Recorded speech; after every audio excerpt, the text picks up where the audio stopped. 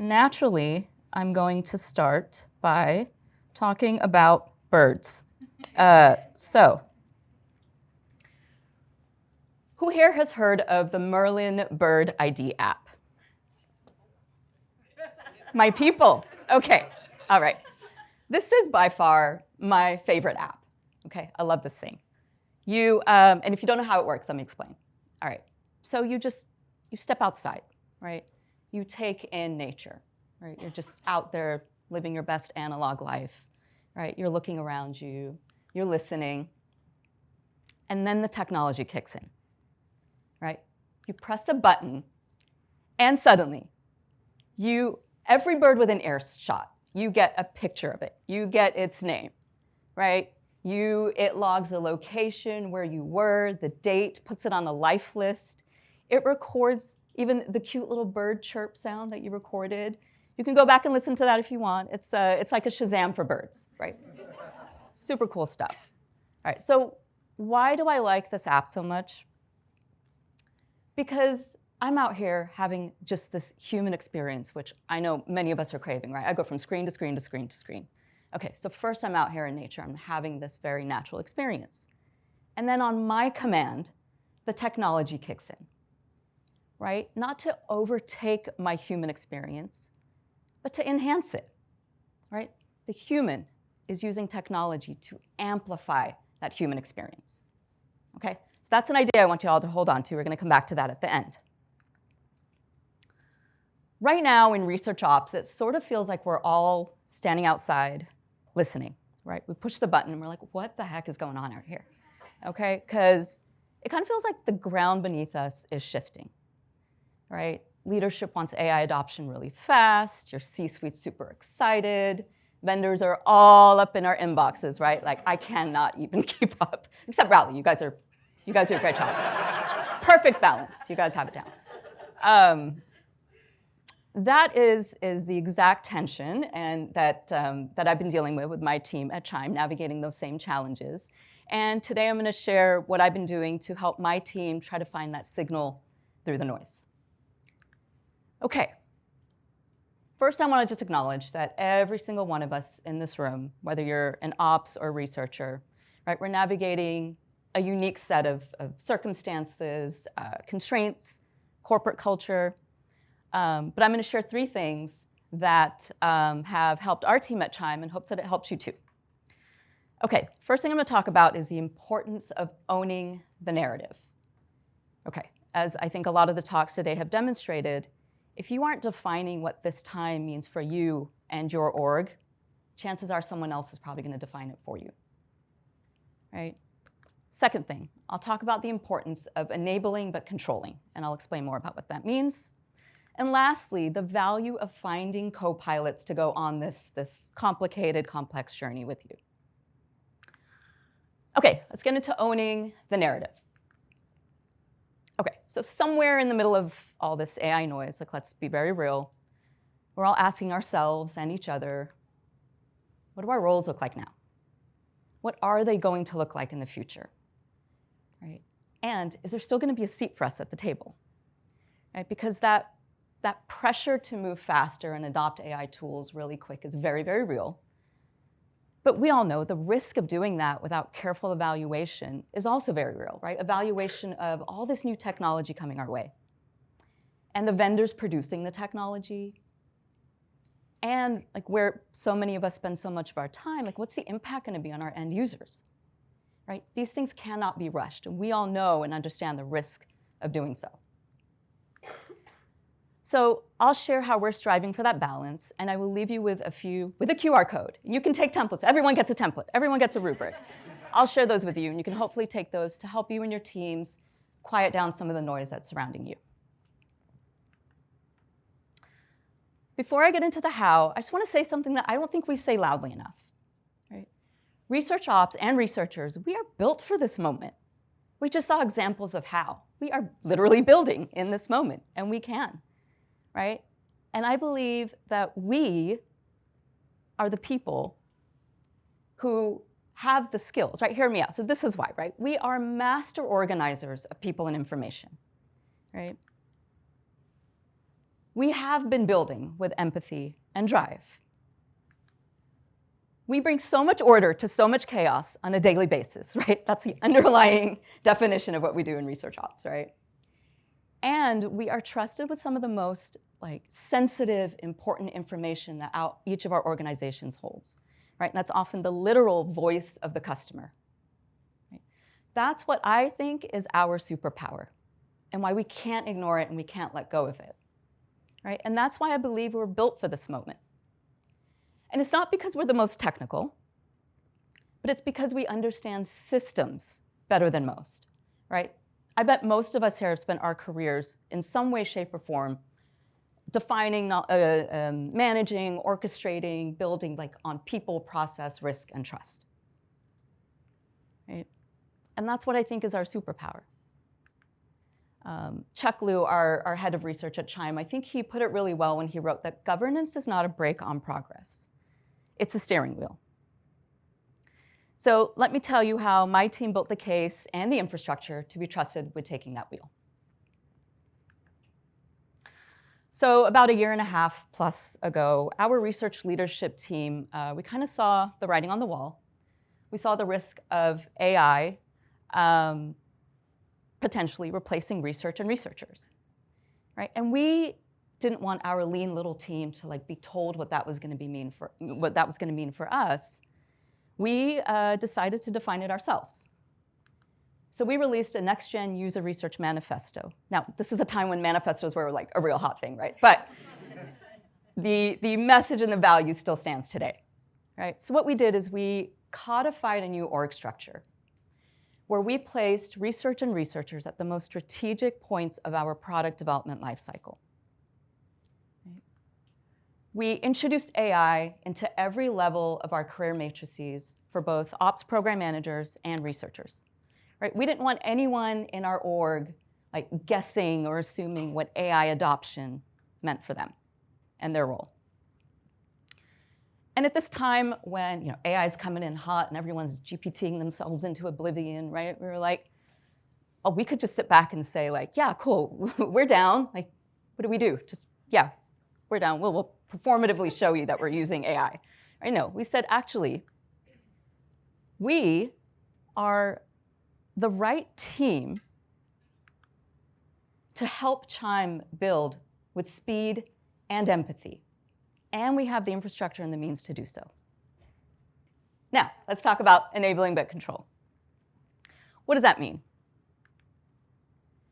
Super easy, right? We're just going to go out there, we're going to embrace AI tools with clear guardrails and defined use cases. Everybody good? Got it? Cool. Somebody should put that on a really large mug, super cute to say. What the heck does that even mean? And where do you even start? So an apt analogy, since we're heading into lunch, let's use the analogy of a restaurant kitchen. So in a kitchen, you have prep cooks. Right? To even be allowed to be a prep cook in a kitchen, you have to have some basic knife skills. Right? We can trust our prep cooks with chopping veggies, with measuring spices, with following a recipe. But it's our head chef that has a skill and the expertise to decide what that menu is supposed to be, how is each dish going to be plated, and perhaps most importantly, is a dish ready to leave the kitchen for the dining room?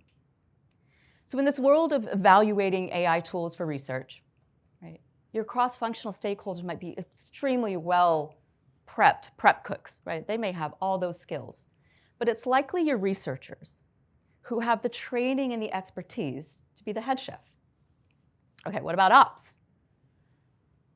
What aren't we doing, right? We are managing front of house, back of house, food safety, hiring, accounting, inventory, all that, customer complaints, right? With scheduling, biz ops, community, process, all that stuff.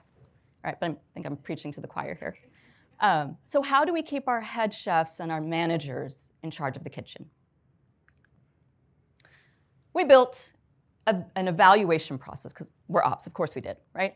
And this is a rubric and an evaluation process that governs and gives a blueprint for how to evaluate vendors, starting from that very initial vendor intro, all the way to deciding if you're going to move forward with them or not.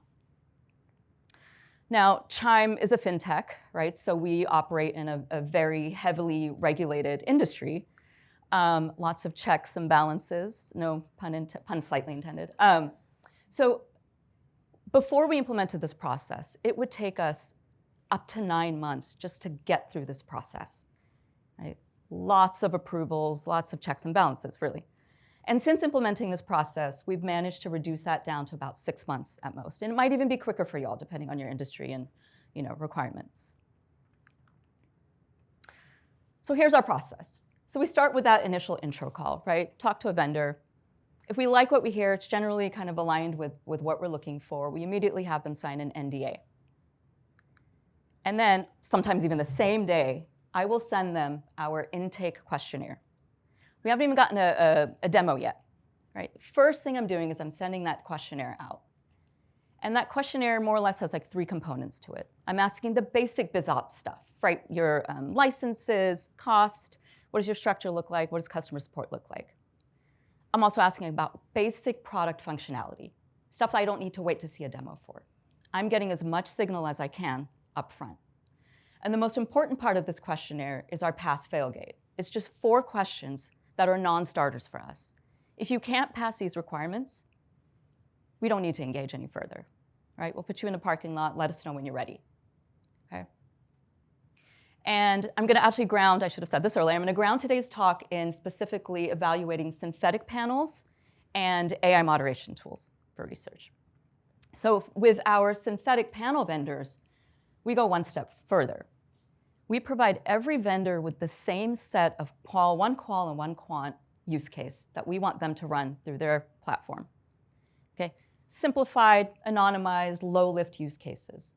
But they're based on our studies that we already have data for. Okay? So they've run those studies for us, and I'll get into those in just a bit. And our researchers then run parallels against our baseline. Right? And these are LLM supported, right? There's a Claude skill to support with this. And we're not looking for exact 100% parity with our human insights at this point, right? What we're looking for is just signal, because it is the best way to tell early on what their platforms can and can't do. Every vendor out there is claiming 80% plus accuracy, right? We can do it all. And then you get them in a demo and they're like, well, we can go back and we can, So let me know up front, I want to see it. Okay, so then they send us their results, and then we get a demo on their use cases. That demo is rooted in our understanding based on our use cases. They're running our use cases for us live. Right? Now, this gives us a real chance to ask the real questions and to see this live in action. Why are we doing this? All of this technology is new. Most of these vendors are new too. Right? We don't have a collective understanding and agreement on who has what it takes, and we're not all adopting the same thing. We're trying to figure it out. So we're putting the pressure on them. I don't need a lot of sales pitches. I don't need a 4-month demo cycle. We know what generally good should look like. Let us know up front. And then we take that back, right? We're looking more. Maybe we do a few more demos. We have a few more Q&A, a little bit more back and forth. And our working group teams who are evaluating these vendors have a common set, a rubric, a common set of evaluation criteria that we've already defined to say these are the things that matter to us, these are our requirements. New technology, of multiple different voices and viewpoints, remove as much bias as possible, and provide a rubric. Okay, I'm going to show you what each of the parallels look like as well as the rubrics. But first I want to just ground us in some definitions. I'm assuming everyone here has heard of, is familiar with synthetic panels. So what we found actually, and I think this might be common knowledge at this point, but they generally come in 2 flavors. They're synthetic users, which are AI-generated respondents trained on data. And then you have digital twins, which are virtual replicas of real individuals that evolve over time. Right? So you think of your synthetic users as like a focus group that never cancels, and your digital twins are like a virtual clone of your best participant. All right, your stakeholders have heard about this technology and they are stoked, right? They're gonna ask you like, wait a second, okay, so you're telling me We can turn research around in like hours and days versus weeks? Yeah, possibly. Oh, we're going to save so much money on costly vendor research, right? Yeah, probably. So now anyone at the company can go in, ask a question, get an answer, make a decision, and we don't even have to talk to anybody, right? Because these are just like virtual replicas of ARM. They're basically ARM members now, right? No, no. I'm sure you'll all agree. These tools are not ready to replace humans, right? But on that speed versus quality trade-off, there is a middle ground. And that's a middle ground that we are seeking to identify, operationalize, and scale. Okay, here's how. All right, back to our process. Now we're getting into the meat of the stuff. So I mentioned in our questionnaire we have a pass-fail set. These are ours, okay? And yes, we're not going off of gut and vibes. We have a rubric. All right, so this is our pass-fail gate. These are the 4 things that we decided ahead of time matter most to us. If a vendor cannot meet these requirements, we don't move forward. Okay? Yours might be different. Okay. So they've met our requirements, we've given them the use cases, they've run it. Now here's what that output looks like as we're running the parallels. So I mentioned we do 1 quant and 1 qual. So for our synthetic panel, our quant is based on our typing tool. So what I've done is I've hidden Chime's baseline data for privacy reasons, and this is just a small snapshot of our typing tool. You can see the results are complicated. This is 3 vendors running the same use case. Okay. Vendors 1 and 3 use digital twins. Vendor 2 uses synthetic users. So you can see that there's a difference in quality here. In our findings, digital twins produce better accuracy than synthetic users did. But neither can replace a researcher. There is genuine value in using synthetic panels, but for very specific use cases and at specific points in the research lifecycle, right? For concept testing, for getting early signal, exploratory research, they can help speed things up, but they aren't a replacement for research or researchers. Now, for AI moderation tools, the comparison looks a little different. What we decided to do is to go forward with vendor 2 for a more in-depth pilot, right? And what we actually did is we ran articulation studies with real participants, these AI moderation tools. And an interesting finding was that our participants were actually pretty willing to engage with the AI moderation tool in this way because it felt low risk to them, right? That might be a little bit different than some signal we get on AI with users and participants in different parts of our product. All right, so those are our evals. Now, a working group has to decide, are they going to move forward or not? Right. So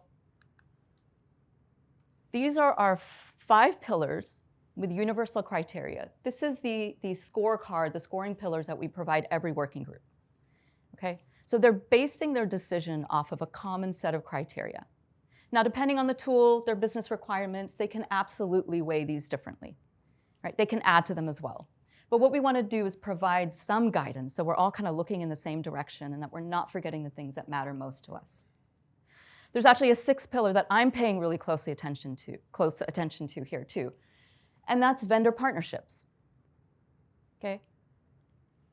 We want vendors that we can build with over time. We want a reciprocal relationship. We want to influence their product roadmap, and in return, we'll give tons of feedback, access. Like, this is a relationship, right? Why? Because we are taking an evaluation at a snapshot in time.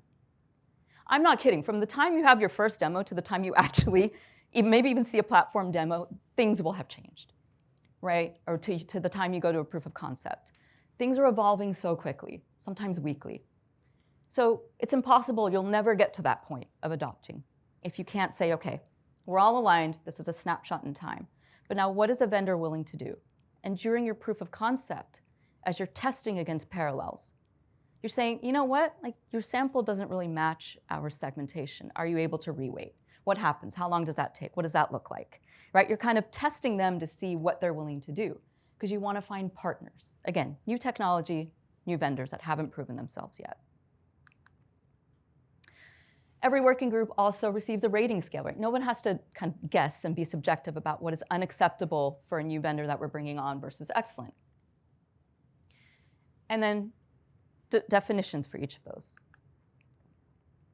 And then in order to make your decision, everybody gets a universal decision framework, right? Scoring. So we're all speaking the same language.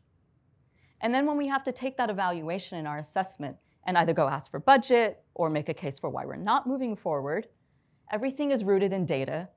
And it's not Romana's team said no, the research team said no. It's the data showed, right? And here's what it is. Here is our study, and here's what this vendor is capable or not capable of doing. Okay, 3 gates, no exceptions, not even for a really cool demo or nice swag, because they will throw that at you, let me tell you. Okay. Now, along the way, obviously, we are tracking some key challenges. Right? Input reflects output, right?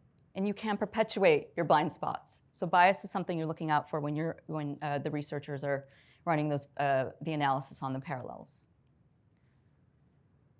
This is also why it matters to have your head chefs running the kitchen. Researchers are trained, right? How many years of expertise over thousands of interviews and whatnot on how to ask a question to remove bias. One thing we also found is that these platforms do struggle with novel behaviors, and like an example of that in our world is like pricing elasticity. Right? So how will demand for a product or service change when we change the price? Concepts like that, forward-looking, future-looking, theoretical, there's some struggle there. They will very confidently give you the wrong answer. And again, that's why it matters who's at the helm. Right? Do you have the training and the expertise to understand that? And are you rooting your analysis in data? And this cannot be overlooked. These platforms cannot yet capture emotional depth, right? Like vulnerability, confusion. I might make a decision this way based on these inputs and another way based on other inputs, right? So in other words, great intern energy, but they definitely need supervision. Okay, back to the value of governance. The risks that I just shared are exactly why we need the guardrails in place. Right? We need the controls in the hands of researchers who have the skills to identify hallucinations, evaluate efficacy, and our researchers have years of experience doing so. So our point of view, stated clearly, is that we will consider using synthetic panels as a supplement to human research, but we will not consider them for high-stakes decision-making or to replace the judgment of a researcher. How do we control that? Okay, well, access to these tools as we're testing is gated. Research leadership is carefully choosing the people that are going to be testing and the use cases that we put through. We're not just throwing everything at these systems, right? We're being intentional about what it is we're testing. And I'm constantly reminding our teams that a purpose here is to evaluate the tool, not to produce actionable insights. Right? When we do more in-depth exploration, then we can really look at that usable insight. But we're also evaluating the tool and functionality, because again, they will promise you the world, but until you put them through the ringer and test it, you don't know what their platform can do. I'll give an example of something I found earlier this week, actually. So this platform, we're asking it questions, putting a use case through. And the platform displays a response. And our testers, our pilot evaluators, are looking at that response. Is it accurate or not? It was accurate. And then we're like, cool. Turn it into a report. The exported report was so far off from the actual finding in the same platform. It's your report. You're reporting on what you just said. But the AI is translating those results to a report format that can be used to share later on. Right, so that's why it's important to also test the functionality. Like that's basic QA stuff, like catch that stuff, you know? And then for tools, before they go to production, we're defining and releasing and training everybody on acceptable use policies. And I cannot state this enough, just the importance of citations. When you introduce synthetic insights into your research workflow, it's imperative to be able to distinguish between human-derived insights and synthetically derived insights. And I mentioned our product development life cycle. Our researchers are enabled, empowered, accountable for calling out during product design and strategy reviews, just as they might with human research, to also do it in this case, to say, actually, we need to get additional insight here. We don't have enough. Or it's risky that we relied on synthetic insights for this particular decision and for this kind of result. Okay, my third and final point, you don't need to do this in a silo. Find your people. For us, that was marketing research. Okay, now we each have user research or marketing research, have different end users, different goals for our research, but a lot of borrowed strengths. And we all know where that marketing budget typically sits in relation to the research budget. Yeah, so there is literal and figuratively, there's power in numbers there. We involve AI-focused product managers and product teams in our working groups, sometimes from the jump, right? Because now they don't have parallels to run. But oh my goodness, it is so valuable when you take a product manager and you say, have at the synthetic platform, ask it a question. You research them. How did you interpret that? How would you now use it? These platforms give you, the good ones, give you confidence indicators, how confident we are in the result that the AI is showing you. How would you, product manager, interpret that confidence level? What would you now do with this insight? That also helps us understand where the guardrails should be and who should get access and how do we manage that. We're not doing anything behind closed doors, right? So now, not to be performative about the AI, like, yes, we're all using AI, look at us, but I think as leaders, it's up to us to give our program managers and our researchers platforms, right, to showcase their work. This is all new. We're all learning as we go. We're figuring it out. One of our highest attended all hands lunch and learns was when we did Synthetic Panels 101 to the whole company. Right? Why was this so popular?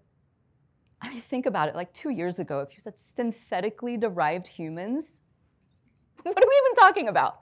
This is like bizarro land. We are living in bizarro land now, so we are here. But like, this is some like Black Mirror type-ish, like Sims, right? So people were like, what is this, right? And this is a great opportunity for us to kind of bring everyone along with us, not just on look how cool this stuff is, but look how not cool it is. Look at the risk here. This is why eventually when we do need to release these tools into production, you've laid some foundation, right? You've shared a risk so that some of those teams that might have access to it, they kind of have a mental model for how to and how not to use these tools. I want to talk about community real quick, right? How good does it feel to have this community here, right? We don't get to do this very often. One of the most powerful things that we did was we formed an AI research council. So anyone conducting research at Chime gets together on a monthly basis. And I think we have representation across like 6 orgs right now. It doesn't matter what kind of research you're doing. This is a safe space for everybody to come together and to talk about wins, challenges, anxieties, fears. But then another cool thing that's come of this is we do a little bit of show and tell, right? We demo when someone's unlocked something, built something, found something. We demo when we bring everyone else along with us, right? Because everybody feels like they're being left behind right now. Everybody. So the best way to bring everybody up is to literally bring everybody with you. Now, real quick, I want to close by talking about a program that we run that I think has shown tremendous value as well. It's called Meet Our Members, so we call our users members. Right? And what we do is we broadcast live research sessions to the whole company. So it's a researcher, and sometimes there's a panel of our members that we bring in person. Anyone can join, remote or in person. And sometimes it's a one-on-one IDI, and it's just a webinar, and you're watching. Then we have a Slack channel where anyone at the company can ask questions, can talk about it. We are absolutely open to AI and embracing AI, but you know what else we're doing even louder? The best way to prove what users want is to let them speak for themselves. We are intentionally showcasing and amplifying that voice of the human while we're integrating AI into workflows, into processes, into outputs. Okay, 3 things you can take with you. Own the narrative. Okay? If you're not shaping it, you're probably reacting to it. Enable but control. Embrace AI with clear guardrails and defined use cases. Hopefully that's more clear now.